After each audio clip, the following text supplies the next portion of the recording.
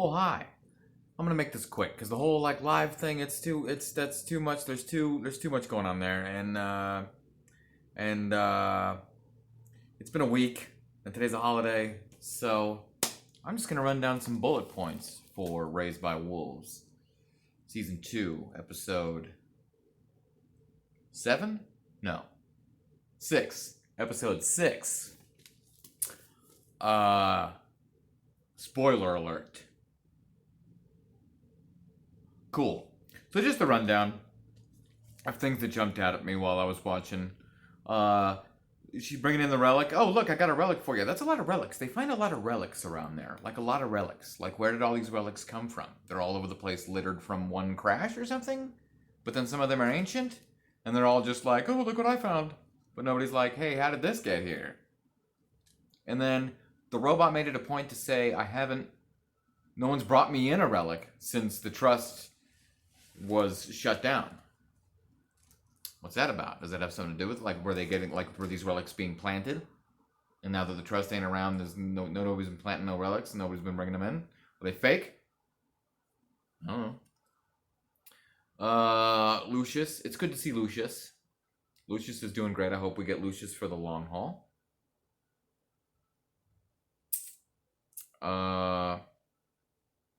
So the snake seems to like the trees. I remember when we met the snake, well, the first time when we saw the snake again after season 2 was Campion was in that tree, and then the snake shows up. So maybe the seed in that tree came from the snake, or the tree of knowledge, right? This is a thought I had while I was watching the episode, mind you. But the snakes and the snake and the tree seems to be connected. And then when Campion had that one seed thing, it looks a lot like the seed from the. It just they seem to go hand in hand. Is what I'm saying. Tree of knowledge. You need the snake for the tree of knowledge, because then they say you needed the key, and then the key was her singing. I'm getting sidetracked. That's why I just need to go through the bullet points. I actually watched this twice, but I watched it like a week ago 2 times. Like I said, it's been a week. So if this transmission, if the voice is a transmission, let's keep in mind that Soul told Otto to make a baby. Soul commanded me to be fruitful. Is that true? Like, is that transmission a voice? Like he literally heard this voice telling him that? Well, then that's interesting. Why would the voice tell him to go impregnate people? Because then what's her face gets impregnated and has a baby. A baby that seemed to be very much desired. Interesting. That's interesting, man. That's interesting. There you go, then. Yeah. That snake be all about that tree is what I'm saying, though. So look out for that. Honestly, I can't remember what I'm referencing here. I'm just going through the bullet points. We've got episode 7 came out yesterday. I haven't even watched it yet. It's been a week, and today's a holiday. I've been doing other things. Good times. Don't want to watch this, is what this says. It says don't want to watch this, and I'm pretty sure that's referring to the giving birth scene. Nothing wrong with that. Nothing wrong with the process. It's a very momentous, beautiful occasion. I'm a witness to one. I was there for my son's birth. I participated in my son's birth. I hand-delivered my son into this world. So yeah, it's not that. It just seemed to linger. Like, I got the point. I got what was going on. Maybe different shots. Maybe different this or that. I didn't want to watch the extravagant, detailed birth of Tempest's child. You could have been like, oh, she's having the baby, and then look at this, and then, oh, she had the baby. But I guess they wanted us to be very intently drawn into that sequence, whether we liked it or not, because then all of a sudden, before we can really catch our breath, and then reminisce in her biting the umbilical cord, I have written down here, WTF underlined with 3 exclamation points. Yeah, that about sums it up. One of them sea creatures comes out of the acid and is like, hey, what's up? And then they cut to a shot and it's like, I can stand up on my fin like a mer person or something, and we hop around, I guess. I'm like, okay, that's weird. They suddenly got to the rocks and they're like, ah!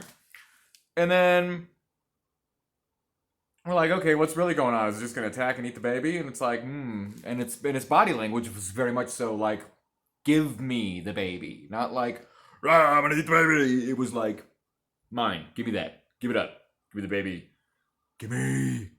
So she's like, no, and it's like, yeah, takes the baby, and we're like, oh no, is it just gonna be like stem cells or something? Like, what's going on? And no, much worse. Its chest opens up and it puts the baby inside and takes off. Yeah, WTF indeed. So that's where we left off. It's for some reason it's not the end of my notes. Milky nose, that was a nice touch. Instead of a bloody nose, mother got a milky nose with her bloody. It's stressful.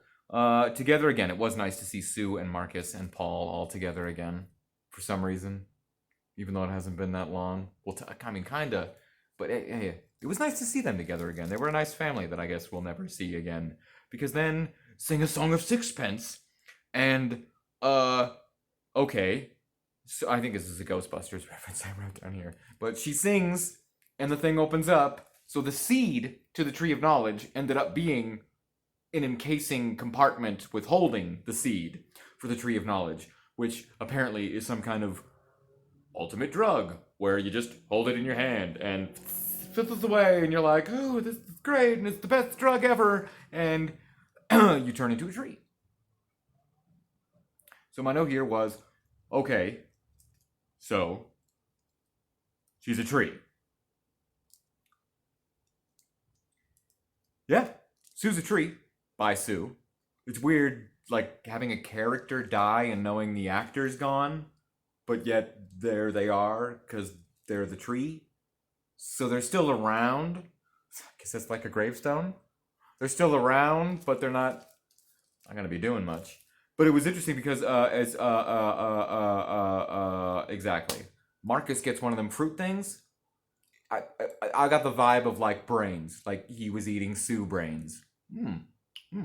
Oh, delicious. Eating Sue brains. The snake, the tree, something.